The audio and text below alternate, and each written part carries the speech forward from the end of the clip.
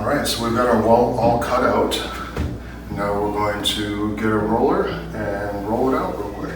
So we have our 9-inch roller and our sort of 9-inch rolling pan. It's maybe a little different than the one you've been used to using. You can see it's pretty deep. We like these because this roller bucket will hold about 3 gallons of paint. And when you're painting an entire room, the less time you spend filling up your bucket, the more time you spend putting paint on the wall. It's little things that will shave, minutes off of your work time here and there, but they do add up quite quickly. So we've got our 5-gallon bucket of paint here, and we're going to go ahead and just open it up. I've already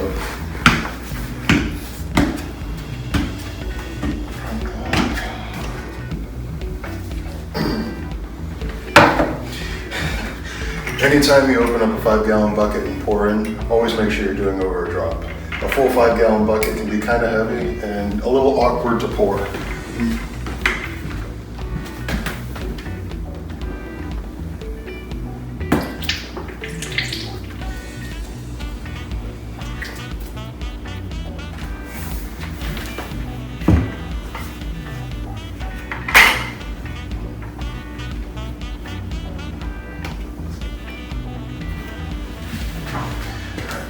So, whenever you pour like that, you just want to clean up the rim before you put the lid back on.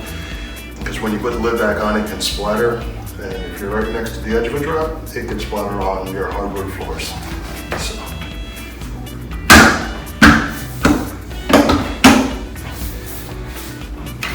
Snap the lid on with nice even pressure. No need to hammer it on. So, getting started, I like to just lightly tap the roller against the surface of the paint and pull it up onto the board. You don't want to stick your roller into the paint, because if you get your frame covered with paint, you'll start throwing drops off all over the place. So try to keep your frame nice and clean. We'll keep your work site nice and clean. You want to just go against the board, a few times. Just try to work some of that paint in there. You don't want to roll your roller dry, because then it will mat down and it won't hold very much paint, and it will change the appearance of the stipple as you're rolling. So when you're first getting started, you just want to do real narrow strip until you get your roller fully saturated. So I like to start, just about waist level and roll up. See, that gets the majority of the paint off of the surface. Rolling up, you're not going to splatter as much. And then from there, you just kind of evenly spread that working into your cut line.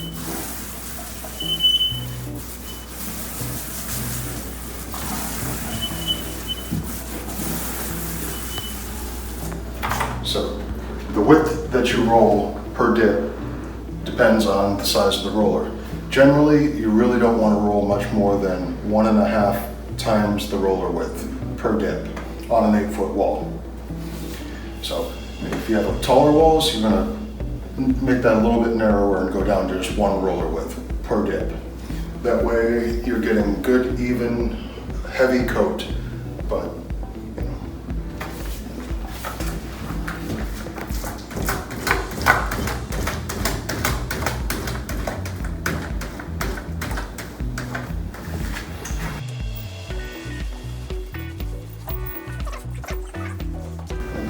if you do happen to get a heavy line, or rope as we call it, it's just you're pushing a little too hard and you'll get a heavy line off the edge of the roller.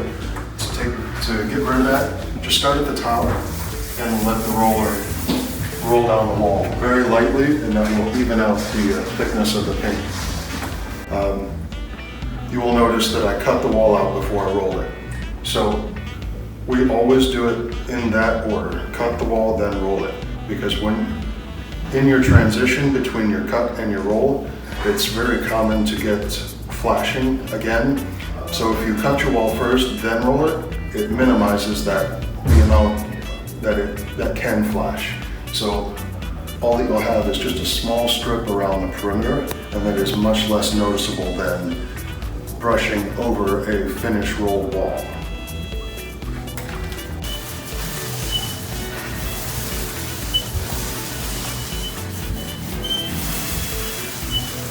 All right, so we've got our wall all rolled out. This wall is going to get a second coat because it is a color change. And anytime you're changing colors, it's probably a good idea to do 2 coats just so you get an even consistent color coverage. If you're going just the same color, just to freshen it up, 1 coat will probably do just fine. So basically it's a case by case, wall by wall, whether you need 1 or 2 coats. So, and if you're going to reuse your roller at any point, a good way to get cleaning that started is if you have a 5-in-1, you see this little curved edge on here. This is for scraping paint out of your roller. So you just put that in there and just slide it down, and it basically just squeegees out all the paint. So after you've gone all the way around like that will get a majority of the paint out. And to wash it, just use warm water.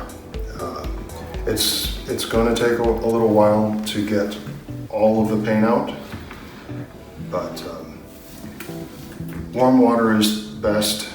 I would really not recommend using soap, because if you do use soap and you don't get it all the way out, all of the soap out of the roller, it can mix in with the paint the next time you use it, and it will cause adhesion issues. So just be careful about using soap when washing out rollers and brushes. And you want to use just warm water, not hot. Using hot water will soften the glue that holds the bristles of a brush or the fibers of the roller, and you can start to lose the fibers of the roller or the bristles of the brush. This has been Mark with Tribble Painting. I hope you enjoyed this video and found it useful. You can find us on YouTube, Facebook, or Instagram, or tribblepainting.com. If you have any questions or comments, we'd love to hear from you.